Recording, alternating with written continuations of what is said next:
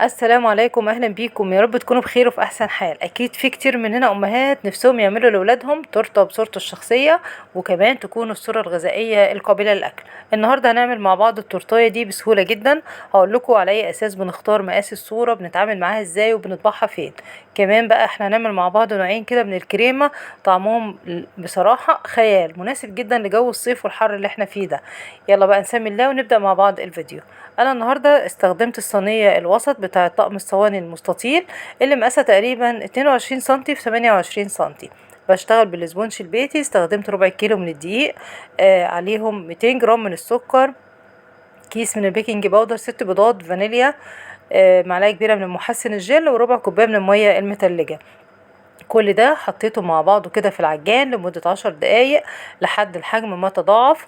وبعد كده صبيت نص المقدار في نص الصينية، ونص التاني حطيت عليه معلقة كبيرة من الكاكاو الخام الأسباني، وضربته كده بالسباتولا لحد الكاكاو ما اختفى، وصبيته في الصينية.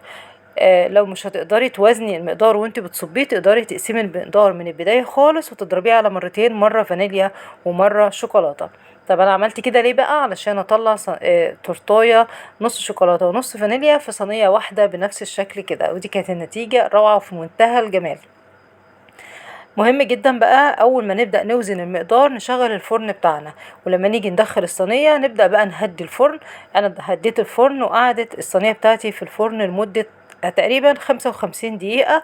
بعد كده طلعتها اختبرتها بالخلة، وسبتها بقى لحد ما بردت خالص، وغطيتها وسبتها لتاني يوم. اتعاملت معاها بنفس الطريقة كده. بصوا الاسبونج هاشش وفي منتهى الجمال. انا بقطعها بالمنشار على مقاس 9، اللي هو اول مقاس من تحت. وطلعت معايا زي ما احنا شايفين 3 طبقات بصراحة محترمين، يعني سمكهم هايل جدا. هنا انا كنت بشيل الوش بتاعها لانه طري، ولما بيكون طري بيكون ريحته وطعمه مش ظريف شوية. هظبط بس الوش بتاعي كده، وبعد كده هبدأ ان انا اجهز الكريمة بتاعتنا. دول ال3 طبقات بتوعنا خلاص. لو انا النهاردة هستخدم بقى 300 جرام من الكريمة. للأسف الكريمة في الصيف بتهدر جامد، فده عشان الحر 300 جرام دول في الشتاء يعملوا لي كمية اكتر من كده بكتير. في البداية هستخدم 150 جرام، عليهم معلقة من الكريم باستري، ومعلقة من السكر البودر، وعليهم حوالي 100 جرام من لحم المانجا، و150 جرام من المية المتلجة. وحطيت كمان معلقتين كده وهي بتتضرب. ضربتهم على اعلى سرعة بالعجان لحد ما بصوا تلاقيها كده ما بتقعش خالص من المعلقة. هنا انا كنت بدوقها، طعمها هايل في منتهى الجمال. كمان لما تلاقي الكريمة تعمل شكل المنقار كده، اعرف ان هي مظبوطة جدا وناعمة وهشة جدا. اما كريمة الشوكولاتة بقى فانا عاملاها كريمة نوتيلا. نفس ال 150 جرام من الكريمة، عليهم معلقة باستري، ومعلقة من السكر البودر، معلقتين كبار من النوتيلا، ومعلقة من الكاكاو الخام الاسباني. لكن هنا انا ضربتهم بالمضرب، فنتيجة المضرب عكس نتيجة العجان نهائيا. هو نفس المنقار ومتماسكة وكل حاجة، لكن الكمية مش كبيرة زي كريمة المانجا. ده طبعا الفرق بين الجهازين. هبدأ بقى اجهز التورتايه بتاعتي عشان احشيها. ده شوية كده من شربات الحلويات، انا بخففه بشوية مية لانه دايما بيكون عندي في التلاجة وتقيل، فبطلعه اخفه بشوية مية كده سخنين، واستخدمه في وانا بسقي الكيك بتاعي. طبعا مهم جدا ان احنا نسقي الكيك، لانه بيفضل يعني السيرب ده بيحافظ عليه ان هو يفضل طري ومتماسك كده، وبصراحة بيزيدوا حلاوة على حلاوته. ابدا بقى اوزع الكريمه بتاعتي، وهنا انا مش محتاجه اي حشوات، لان الكريمه لوحدها هايله هايله هايله، طعمها هايل فوق الوصف يعني. انا اتسالت كده سؤال مره بتحطي كريمه قد ايه بين الطبقات عشان التورتيه تطلع مظبوطه؟ بصوا يا جماعه، انا بشوف حجم الديسك بتاع التورتايه قد ايه، وعلى قده بحط كريمه. يعني لو هو سنتي بحط ارتفاع سنتي من الكريمه، لو هو سنتي ونص بحط ارتفاع سنتي ونص من الكريمه. ده بيخليني لما اجي اكل الكيك بتاعي او التورتايه بتاعتي بحس بطعم الكيك وطعم الكريمه، عكس ما في اماكن تاكلي منها تحسي ان تاكلي كريمه بس، او اماكن تانية تحسي ان انت بتاكلي كيك بس مفيش كريمه. لكن لما تعملي زي ما انا بقولك كده، يكون سمكها نفس سمك الديسك بتاع الكيك، بتطلع مظبوطه جدا. هنا بقى ميزه حلوه قوي، احنا مش هنجلس، احنا حطينا اللي باقي كده من الكريمه، غلفنا درينا الكيك كله، وسوينا السطح كده بطريقه بسيطه قوي وخفيفه.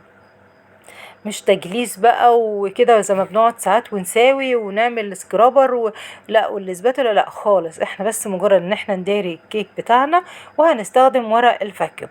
عايزه اقول لكم ان 3/4 المحلات دلوقتي في الصيف بتستخدم ورق الفاكيوم ده طالع. انا يعني مفيش محل بتفرج على اعلاناته الا لما الاقي كل التورت كده بالورق ده، بالذات الورق الذهبي ده.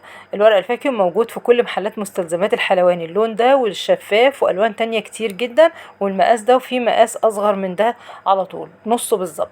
انا غلفتها وهدخلها التلاجة بقى تتماسك كده ونبدأ نتعامل مع الصورة. اولا الصورة الغذائية بطبعها في محل مستلزمات الحلواني. طب على اي اساس بختار مقاس الصورة؟ على اساس شغل التورتاية. انا هشتغل التورتايه ايه، الفينش بتاعها هيكون ايه من على الوش. لو نصين وهحط فاكهه واحط شوكليت وكل ده، فبشوف انا عايزه احطها فين في التورتايه وبقيس بالمسطره المقاس اللي انا عايزاه. انا عامله مقاس 10 سنتي في 15 سنتي. الجزء الابيض ده انا هشيله، يعني لو هو انا ممكن احط، يعني ممكن اشيل الحواف دي واحطها عادي، لكن انا حابه اوريكم بس مقاس الصوره بالظبط، فعشان كده هشيل الجزء ده. هي من ظهرها ورقه خفيفه كده، هشيلها واقلب الصوره بتاعتي واحط على ظهرها شوكولاته بيضه بتسيحها على بخار ميه، وادخلها التلاجة بس عشان الحر كده تتماسك دقيقتين بالظبط، وهطلعها احطها في المكان اللي انا محدداه. مش هختار مكان تاني، انا عشان التورتيه نصين وعايزه اعمل شوكولاته وعايزه اعمل فاكهه، فعشان كده حطيتها في النص بالظبط. طب لو انا عايزه الصوره تكون مقاس التورتيه كلها، فبالتالي في الحاله دي انا كل اللي انا كنت هحطه على الوش هحطه جوه الحشو بتاع التورتيه بين الطبقات. يعني هحط نص فاكهه ونص شوكولاته بنفس الشكل كده، يبقى النص الفاكهه هحط المانجا بتاعتي جوه بين الطبقات، والشوكولاته هحطها برضو بين الطبقات، عشان لما اكل او لما اصحاب التورتيه ياكلوها يلاقوا ايه، مش بياكلوا كيك وكريمه بس، لا طبعا لازم يبقى فيه كده شويه حاجات كده تحلي الطعم اكتر يعني.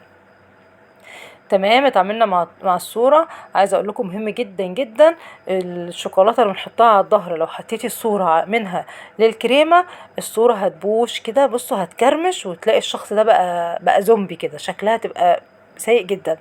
هنا كريمة الشوكولاتة ما كانتش مكفية طبعا، زي ما انتم شايفين مقدارها كان قليل، فحطيت عملت روزيتات من مربى الحليب، وبنفس الروزيتات عملت برواز للصورة. اما كريمة المانجا كان باقي منها فعملت منها روزيتات. بصوا الكريمة متماسكة لدرجة ان الروزيتات شكلها رسمتها باينة وفي منتهى الجمال. هبدأ افنش بقى الجزء بتاع الشوكولاتة كله، ده جناش شوكولاتة مكعب كده من الشوكولاتة على يعني حوالي ربع كوباية من المية، واول ما بيدوبوا كده بحط عليهم بقى معلقه صغيره خالص من عسل الكلوكوز عشان يدي اللمعه الحلوه دي، ويهدى كده وببدا اصبه على التورته بتاعتي. وكنت عامله اختصار هابي بيرثدي دي واسم الشخص بالشوكولاته البيضاء في المولدات، وهبدا افنش بقى باي شغل عندك اشتغلي بيه. انا كان عندي اوريو، كان عندي الكريسب ده اشتغلت بيه، وحطيت هنا كده حتتين ورق دهب ينطقوا بس الجزء بتاع الشوكولاته. بما اننا عاملين كريمه مانجا يبقى لازم هنعمل ايه، هنحط طبعا شرايح من المانجا، دي كانت مانجا فريش انا قطعت الشرايح بتاعتها، وطبعا هحط عليها بقى ده جيليو التلميع اللي على البارد. بلمع بقى المانجا بتاعتي عشان تبقى ايه، تفضل كده بلمعتها حلوة وما يجرالهاش اي حاجة. كده خلصنا؟ لا طبعا لازم بقى نلف ورق الفاكيوم ده بشريط ستان. انا اخترت ان انا الفه بشريط ستان احمر عشان يكون بقى ايه، يدي ضي حلو كده وشكل حلو زي التورت اللي بنشوفها في المحلات بالظبط. هنشوف بقى الشكل النهائي بتاع التورتايه، ايه رأيكم؟ بصوا كانت شكلها كان جميل جدا، مبهجة ورقيقة، وما شاء الله الصورة كانت مظبوطة المقاس بتاعها والشكل. بصوا عايزة اقول لكم كمان اصحابها كانوا معجبين جدا جدا بطعمها، يعني قالوا ان هي كانت في منتهى الجمال. يا رب كده اكون استوفيت كل المعلومات عن الصورة الغذائية، ولو نسيت اي حاجة سامحوني واسألوني في التعليقات وانا هقول لكم، وان شاء الله تكون سهلة معاكم وتعملوها بكل سهولة.